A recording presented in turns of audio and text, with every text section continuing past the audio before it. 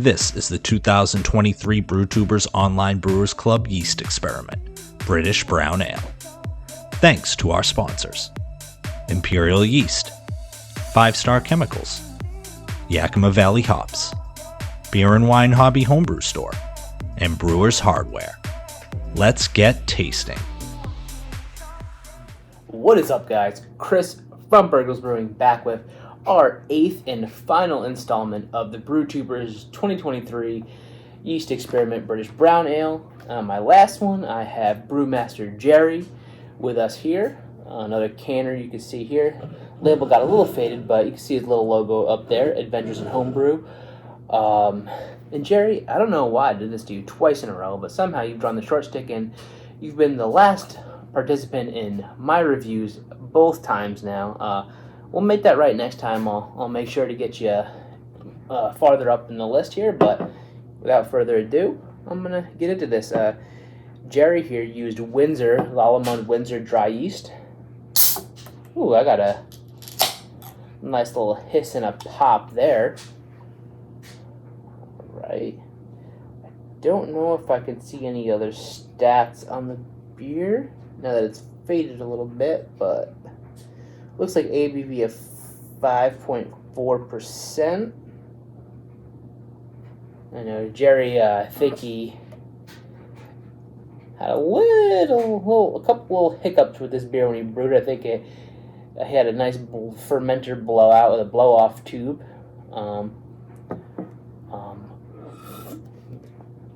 This is my last and final review of the series, as I said.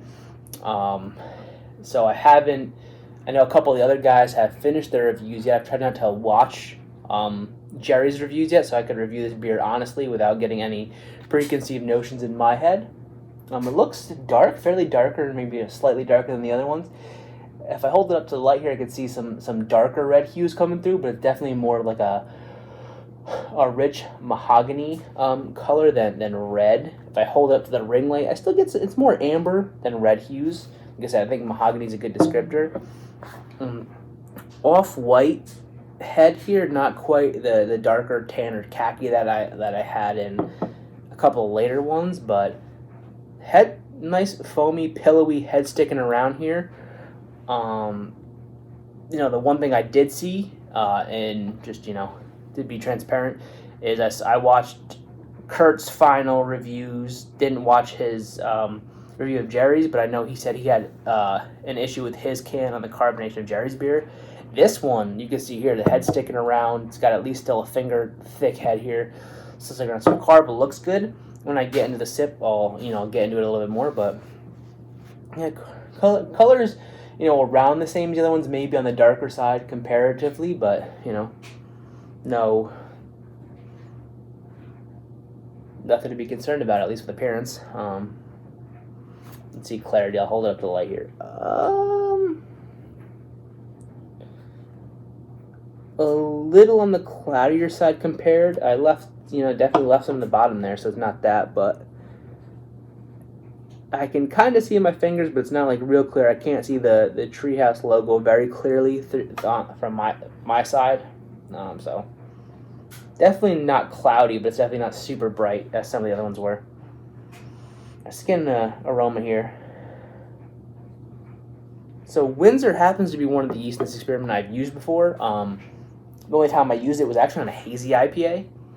Definitely got some fruity esters from it, some fruity characteristics, so I'm really intrigued to see what it'll do to this beer.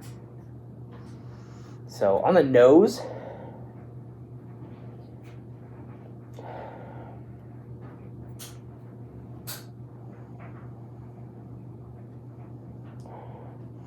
definitely not getting any of that roasty, toasty characters that maybe some of the other ones have, or with the malt we've used, you'd expect. Again, looking back on it, maybe a British brown should have some of those roasty, toasty characters, or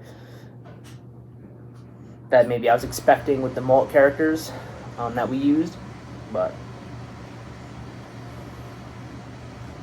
definitely some dark, stone fruit, plum, raisin, a little bit of that darker burnt caramel, closer to that toffee.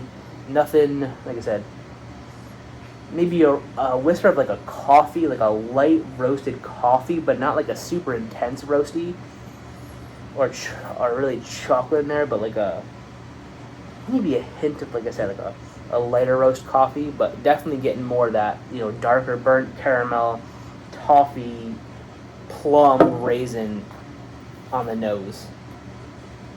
Let's get into the flavor here.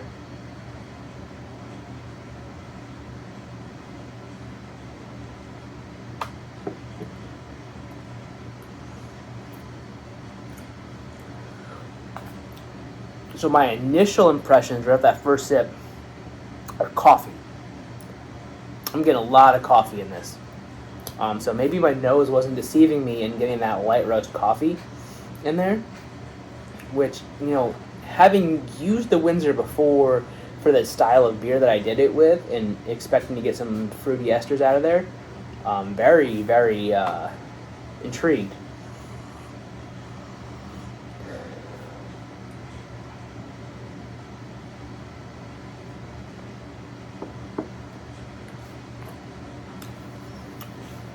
And maybe a little nuttiness to it too.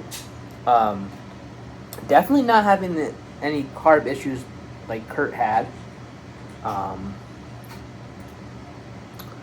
See, I'm getting a lot of coffee in this one, which is pleasant. I left this one out for maybe a few minutes longer than the other ones before I cracked it, so maybe that's contributing to it. But it's a nice light roast coffee, and like burnt sugar, caramelly, toffee notes to it. A little bit of that. I'm not getting the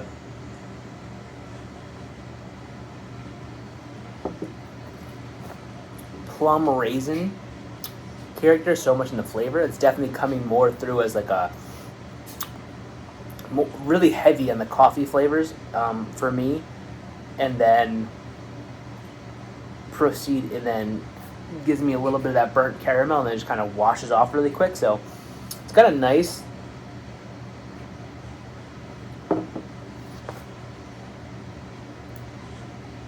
medium light body, kind of coats and then washes off real quick. Maybe there's a hint more bitterness on this one than the others I've tasted. But you wash it off real quick, invites you back in for the next sip. Not a whole lot of sweetness in the flavor. Like I said, really, really that coffee note accented a little bit in the back end by that burnt caramel toffee, and then washes off real quick.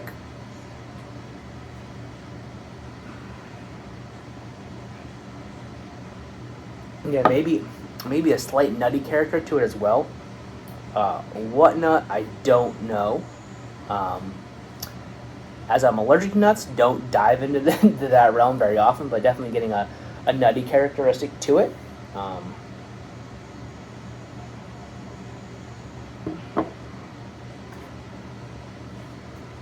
Yeah, I'm trying to pick up anything more, but it's really, like, to me, heavy coffee on the flavor, accented by, like I said, the burnt caramel, the toffee notes. Excuse me.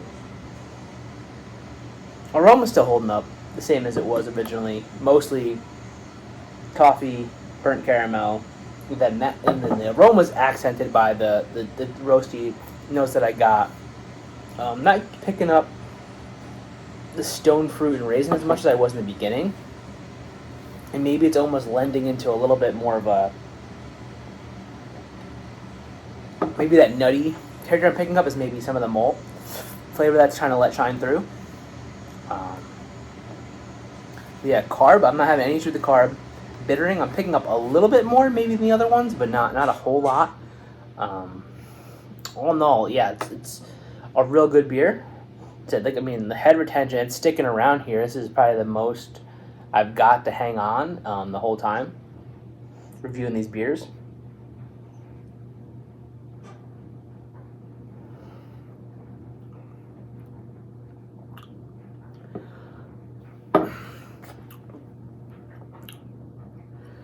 Definitely a very good beer. I'm definitely going to finish the rest. It's definitely not, I'm using definitely a lot, but not as complex as some of the other ones. I was really intrigued to knowing, again, what I've used it in, expecting to get some fruity esters in it, getting maybe a deeper kind of plummy raisin stone fruit character in this. But it's kind of just, to me, and even the aroma now, like I said, some of those fruit characters have faded. It's definitely more of just like a coffee, burnt caramel note to it on the aroma and the flavor, a little less complex than the other ones. So to me, if I had to go back to my rankings, I don't even know where I'm at now. I think I had Wrecked at number 1. Number 2 was Brookside Brews. Number 3, I had Fermentation Adventures. 4 was Exit 12. Number 5 was my own, followed closely by Billy at Gamdude Brewing at 6. And then I would put this at 7 and Big Dog at 8. And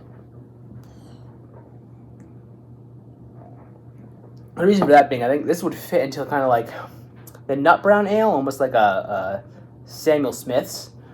So I think it could still fit in that English brown pretty well. Where I think Dave's Beer Big Dog at number 8, that T58 yeast is more like a Belgian strain, so I don't think it kind of fits the style as well. So that's why I'm going to put that one at the end. But I think, again, like I said, Jerry, great beer. I'm going to finish this.